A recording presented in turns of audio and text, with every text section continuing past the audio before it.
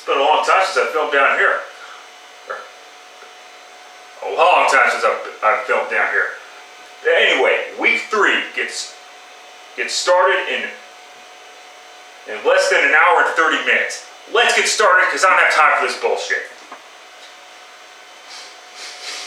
Tonight, the Thursday night game featuring the Tennessee Titans and the Jacksonville Jaguars. Titans come in at 1-1 after once again losing to the Indianapolis Colts. This time without Andrew Luck at quarterback. So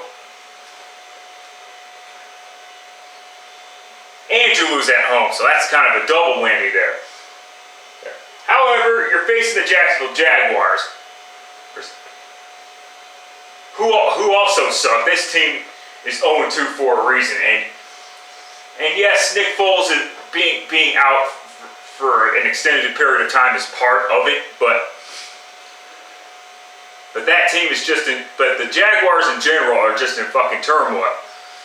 I mean, to the point where Jalen Ramsey is reportedly requesting a trade. Holy shit! How many players are requesting trades from other franchises or whatever the fuck? What's going on here?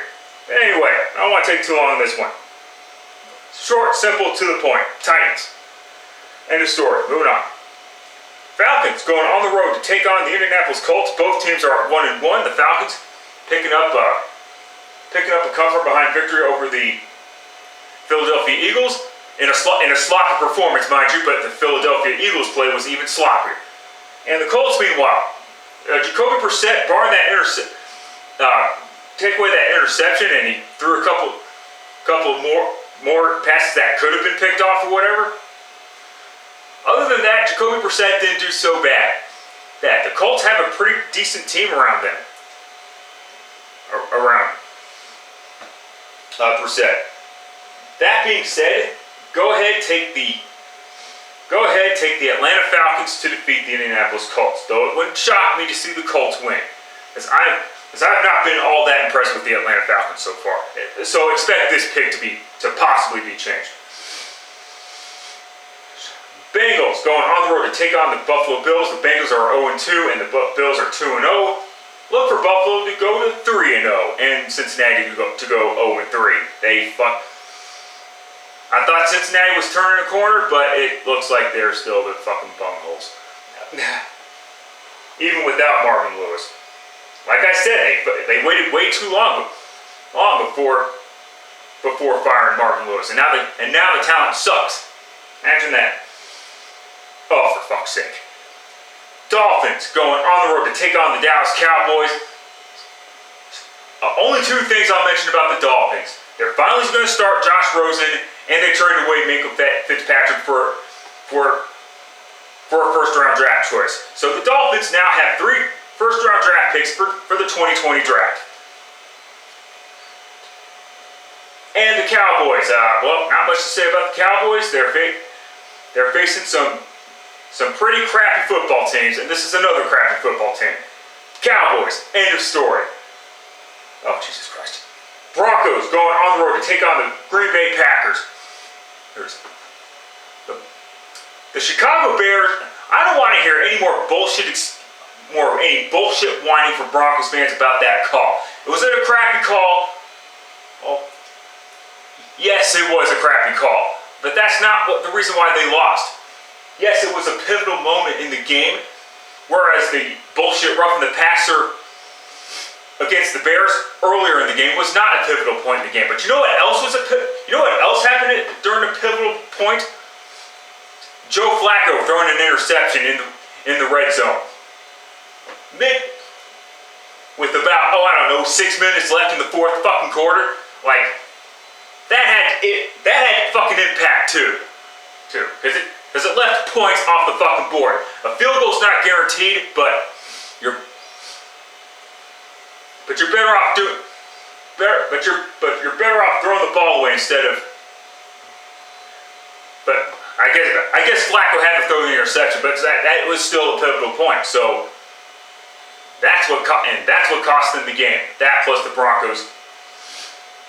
But plus the Bears being being wise and saving their time out with 1 second remaining. And holy shit, that was great on the Bears' part, quite frankly.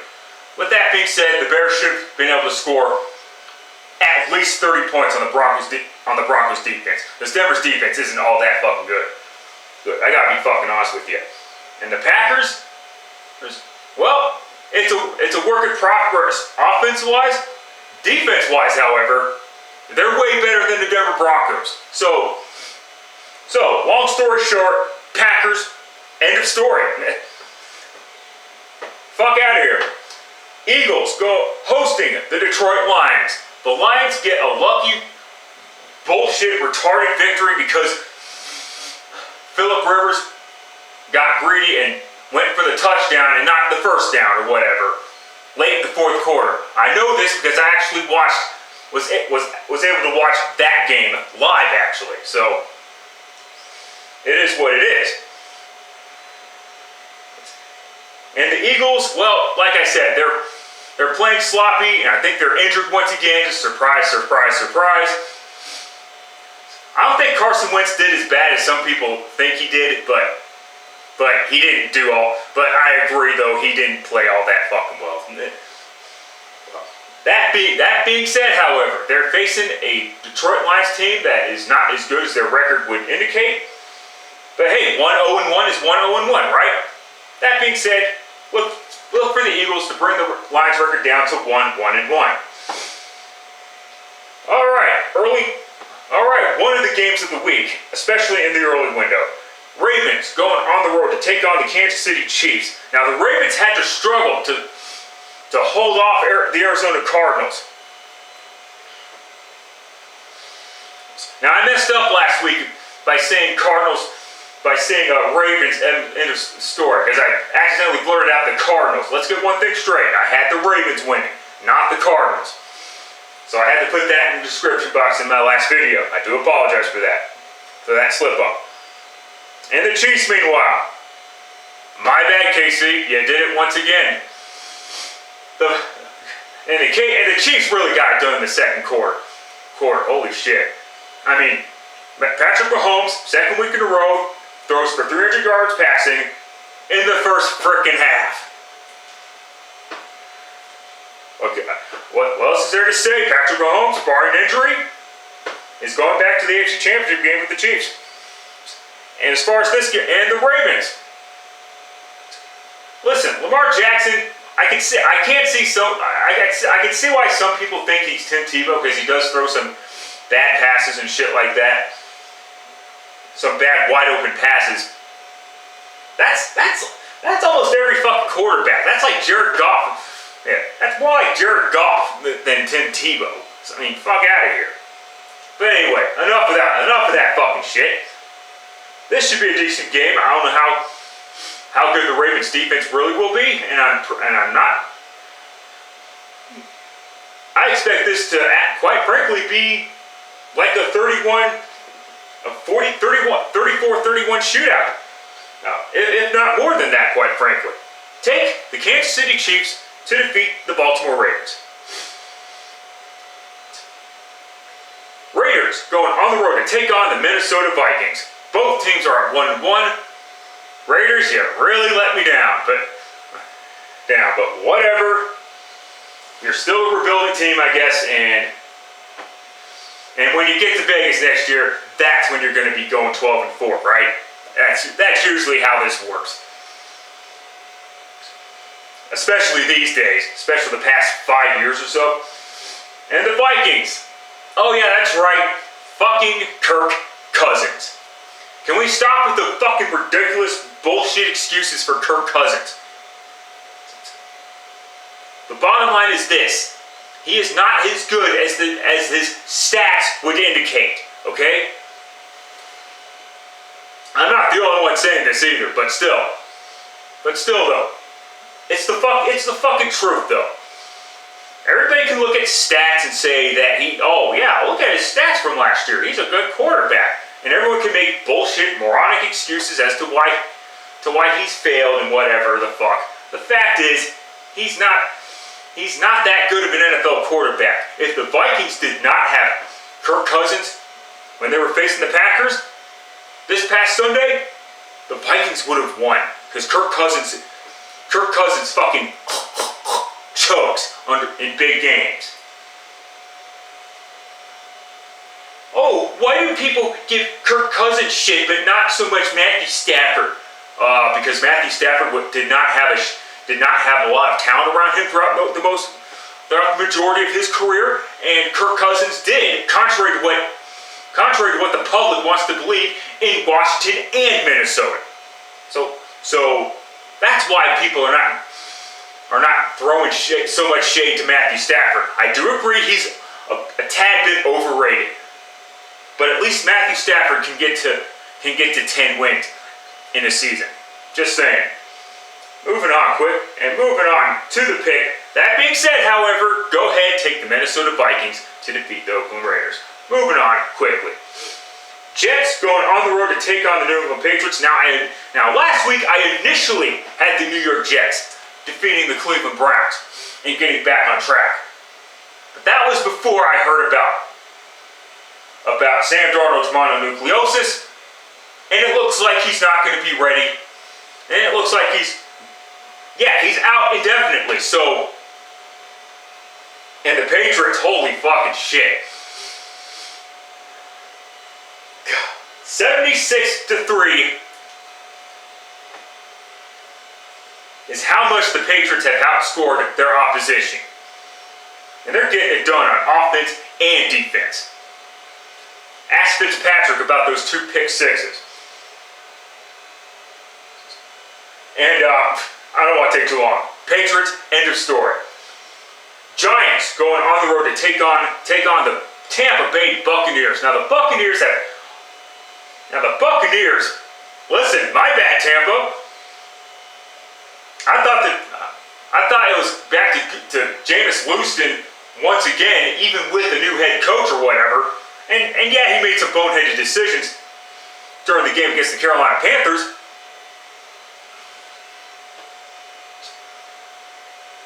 But he didn't play all that fucking bad.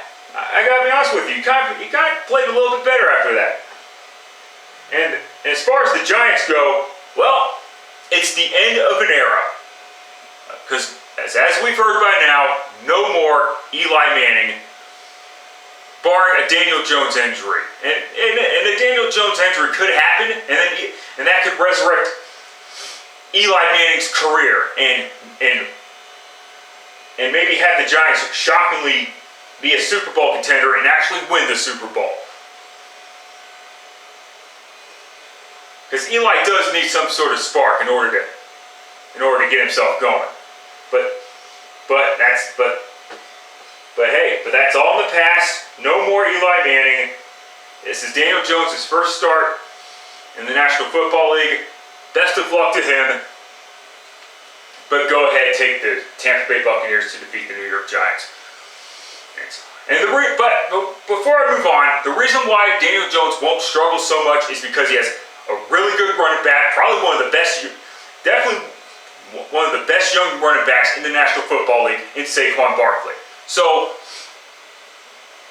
and I know everybody was criticizing this draft choice back in April, understandably so at the time, because you could have gotten him at pick 17 or whatever the hell. And you get him at like pick 6 or whatever. Let's hope it's not a curse and he throws pick 6s. Just saying. Alright.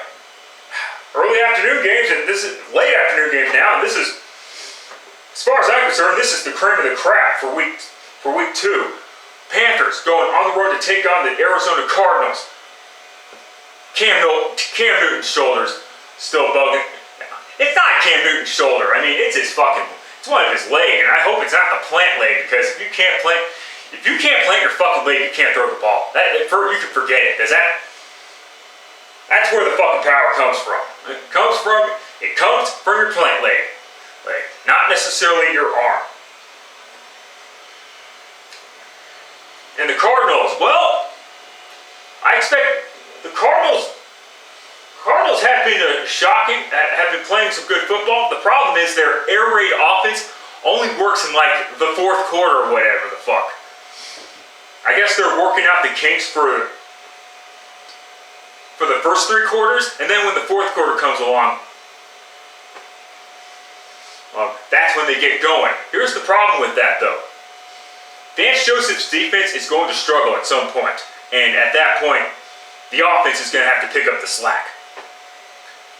But guess what? I'm going to go ahead and take the Arizona Cardinals, and Kyler Murray will get his first victory as an NFL quarterback. All right, Saints going on the road to take on the Seattle Seahawks. As we all know by now, Drew Brees is done for at least 6 weeks. At least 6 weeks. And and this is Teddy Bridgewater's chance to prove that he's not that, to prove that the Vikings made a big mistake, in his mind anyway, letting him walk in free agency and not signing him to a long-term deal. But can you blame the Minnesota Vikings at that point? Because Bridgewater has been injured in 2016 and 2017. There was no guarantee that he wasn't going to be injured in like 2018 or 19 or whatever the fuck. But this is Teddy's chance to take over the New Orleans Saints and make the Saints say, Drew who? Problem is they're facing the Seattle Seahawks. And listen, you got to put the Seahawks on somewhat of an upset alert, because they just got done traveling to the East Coast, picking up a tough victory over the Steelers. I know Ben Roethlisberger was injured and he's done for the season. More on that later, of course. But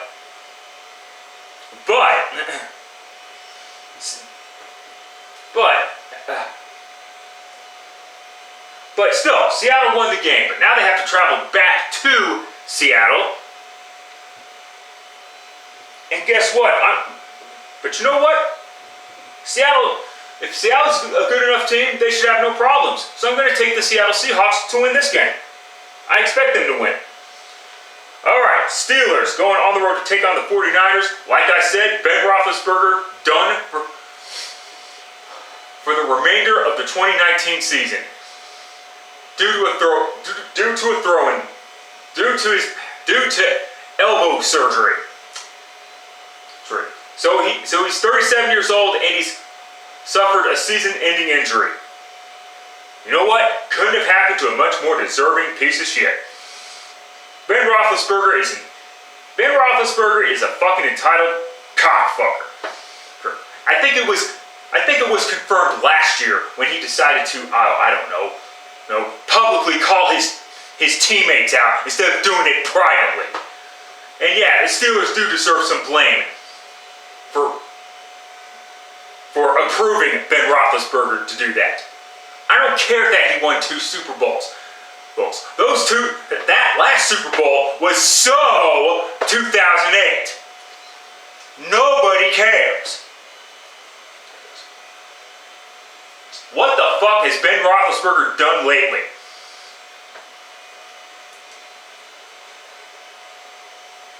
Oh, that's right. So yeah, now I do feel bad for the Steelers because this changes things in the AFC North. I don't know. Obviously, not everybody thought the Steelers were going to win the AFC North. Well, I'm pretty sure. But I didn't think that the Steelers were going to just let the Browns win that AFC North right off the bat. Now, however, if Cleveland does not win the AFC North, thanks to Ben Roethlisberger's injury, Cleveland can suck a dick. Okay. And the 49ers, meanwhile, well, my bad again, San Francisco, because they're fucking 2-0. 2-0 on the road, mind you. Now this is their first chance in a home matchup. My only concern about the 49ers is the loss of Joe Staley. Look for TJ Watt to exploit the left tackle position a little bit. But go ahead they take the 49ers to defeat the Pittsburgh Steelers. Texans going on the road to take on the LA Chargers of San Diego. Now the Texans were Now the Texans only won because Doug Moron decided to make a stupid decision to go for two after scoring a touchdown. Now, you know what? I know I called him Doug Moron, but I get why he did it, because you're on the road, fine, whatever. But I would take my chances at overtime. And that goes for Vic Fangio too, quite frankly. Now, and the Chargers, meanwhile, fuck you, LA Chargers of San Diego. Yo, how the fuck do you lose to the Detroit Lions god-awful cockfucker football team? Don't give me bullshit about injuries, they're part of the game. Inexcusable loss in Detroit. And guess what? You're gonna lose again. Because the Chargers' home stadium is not really a home stadium. Take the Houston Texans to defeat the LA Chargers. If I'm wrong, so be it. Don't care. Alright, Sunday Night Football. Rams taking on the Cleveland Browns in Cleveland. And am I really supposed to be impressed by the Cleveland Browns? Congratulations, you took advantage of a depleted defense and not just the fact that they were playing the Jets' backup quarterback. They were also playing the Jets' third-string quarterback. Thanks to Sam Darnold's mononucleosis. And because the Jets' defense was so depleted, they were only able to score 23 points? They should have been able to score 33 points. So the fact that they only scored 23 is bullshit. So no, I'm not impressed by the Browns for doing that shit. Okay? Sorry. Yes, injuries are a part of the game, but it is what it is. Browns should have won that one. And the Rams, meanwhile, same thing. They took care of the New Orleans Saints, fine, but Drew Brees was out most of the game, otherwise it would have been a much more closer contest, because Teddy Bridgewater didn't do jack fucking shit.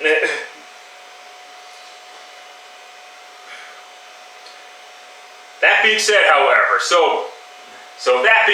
bottom line is this: Rams are 2-0. Look for them to go 3-0 unless Jared Goff gets injured or whatever the fuck. And not just Jared Goff, but Aaron Donald as well. It's gonna take a bit of injuries in order for the Cleveland Browns to win, just like it did with the New York Jets. And I don't see that happening this time around. Take the Rams to defeat the Cleveland Browns. If the Browns could not beat a Tennessee Titans team, they would allow themselves to get blown out by a Tennessee Titans team. And take enough away from Tennessee, they're not that bad of a football team, but they're definitely not a perennial Super Bowl contender either. But if they can't do that against the Titans, what makes you think that the Browns are all of a sudden gonna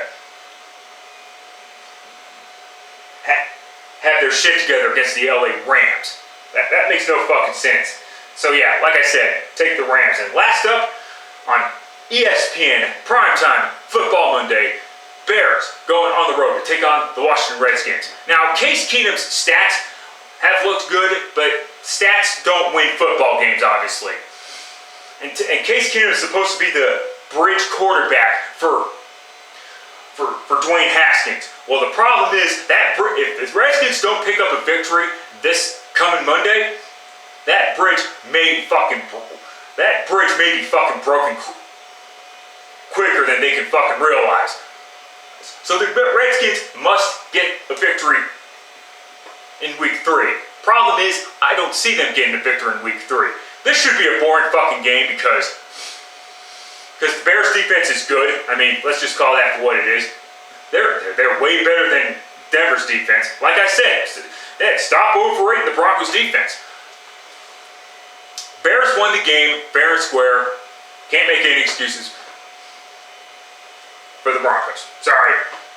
And guess what? Take the Chicago Bears to defeat the Washington Redskins. I know the Redskins. I know Mitchell Trubisky sucks, but I don't think Case Keenum is that much better. The Redskins may have to go turn to Dwayne Haskins if either during the second half of the game or the next game. But they're probably going to wait until whenever the Redskins bye week is and then put Haskins in. But anyway, that's all I've got to say about week 3. Let's see what happens when it's all said and done. But that's it. That's all. Till next time, later, fuckers.